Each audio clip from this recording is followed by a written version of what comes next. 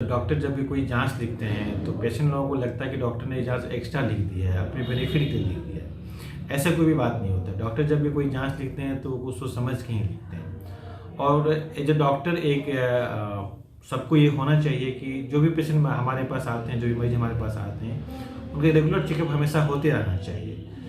Regular checkup का मतलब ये है कि उनका हार्ट ठीक से काम कर रहा है कि नहीं कर रहा है, उनका लीवर ठीक से काम कर रहा है कि नहीं कर रहा है, उनका किडनी सही से काम कर रहा है कि नहीं कर रहा है। उस सब के स्पेसिफिक सबकी जाँच होते हैं।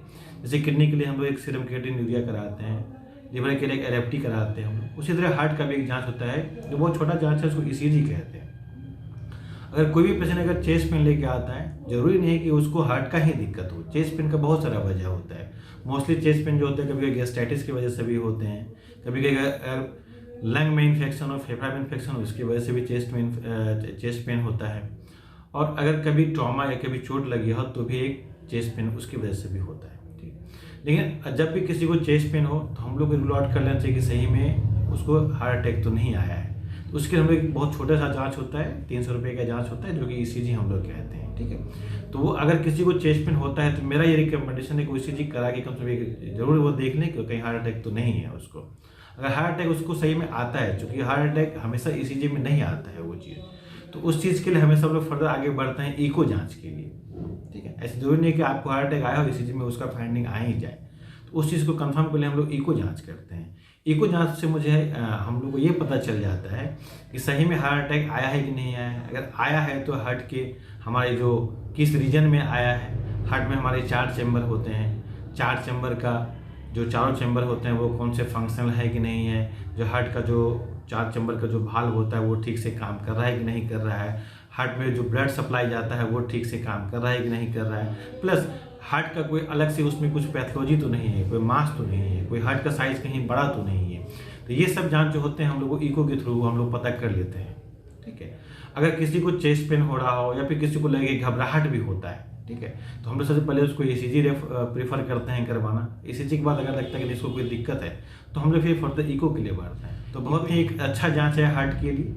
अगर किसी को कोई दिक्कत होता है अगर हार्ट में, तो अगर जैसे किसी को घबराहट हो रही हो, चेस्ट पेन हो रहा हो, ईसीजी में कुछ नहीं मिल रहा है, या फिर कोई यंग एज का आदमी है, यंग एज है जिसका कि उम्र अभी 25 साल 30 साल 35 साल हो रहा है, उसको अगर चेस्ट में पेन हो रहा है, उसको घबराहट हो रही है, तो इसको ईको जरूर कराना चाहिए। क्योंकि आजकल के टाइम में जब से कोविड आया है, कोविड आने के बाद से यंग एज में जो कि 30 साल 35 साल जिनका उम्र हो रहा है, उसमें हार्ट अटैक का शिकायत ज़्यादा हम लोग को देखने के लिए मिल रहा है। तो ईको एक ऐसी जांच है जो कि नॉन इन्वेसिव जांच है, जिसमें कि किसी प्रकार इंजेक्शन नहीं देना पड़ता, जस्ट लाइक अल्ट्रासाउंड है, और बहुत ही वो फायदेमंद जांच है। उस जांच से हम लोग ये पता कर लेते हैं कि हमारे दिल में किसी टाइप का कोई बीमारी तो नहीं है, या फिर हमारा जो ब्लड का सप्लाई है दिल का वो ठीक हो रहा है कि नहीं हो रहा है। जो हमारे हार्ट के स्ट्रक्चर है, हार्ट का जो वेंट्रिकल है, एट्रिया है, वो सब ठीक से काम कर रहा है कि नहीं कर रहा है। प्लस कि हमारा जो हार्ट है वो सही से ब्लड पंप कर रहा है कि नहीं कर रहा है। वो सब जितने ये सब जो मैं आपको बता रहा हूँ वो सब ईको से पता चल जाता है। इसीलिए ईको एक छोटा सा जांच है लेकिन बहुत महत्वपूर्ण जांच है हार्ट के लिए। जिनको भी ईको डॉक्टर सब कोई प्रीफर करते हैं या रेफर करते हैं कि आप उनके यहाँ जाके ईको करवा लीजिए, उनको एक बार ईको जरूर जाके करवा लेना चाहिए। ईको हम लोग उन लोगों को प्रीफर करते हैं जो कि जिनका एक एज 60 साल के ऊपर हो गया हो, ठीक है, और 60 साल के नीचे जिनको कि हार्ट में कोई दिक्कत हो, या फिर जिनका फैमिली हिस्ट्री रहा हो डायबिटीज़ का, या फिर जो डायबिटीज़ के खुद पेशेंट रहे हो, जो हाइपरटेंशन के पेशेंट रहे हो, या फिर जिनको दम फूलने का बीमारी होता है। दम फूलने के मेनली 2 ही वजह होता है, या तो एक हार्ट की वजह से, या दिल की बीमारी की वजह से, या फिर फेफड़े की वजह से।